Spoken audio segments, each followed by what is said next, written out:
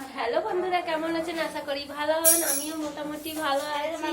এই যে রুটি বানাচ্ছি, এই যে দেখুন এখনো আটা রয়েছে। এই যে এদিকে আলু ভাজা বানিয়েছি, এই যে দেখুন ঝাল ঝাল। আর দেখাই আপনাদেরকে কি কি। তোর মামা কি আনলো? মিষ্টি। এই যে দেখুন মসুর ডাল রাখতে বানিয়েছি আজকে অনেকদিন পর। এই যে চাপ চাপ একটু বানালাম, আলু ভাজা আর ডাল দিয়ে খাওয়া হবে। এই যে অল্প ভাত আছে দিনেকার, আর এখানে অল্প পোস্ত আছে।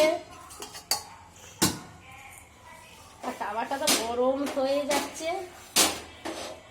আর এইদিকে মিষ্টি এনেছে, আমার ভাই এনে দিয়েছে। এই যে তাড়াতাড়ি করে নি রান্না।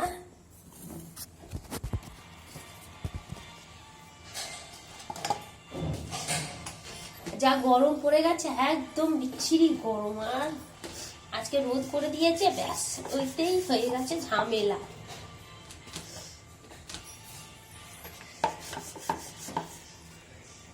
এই রুটিটা দিদি বেলে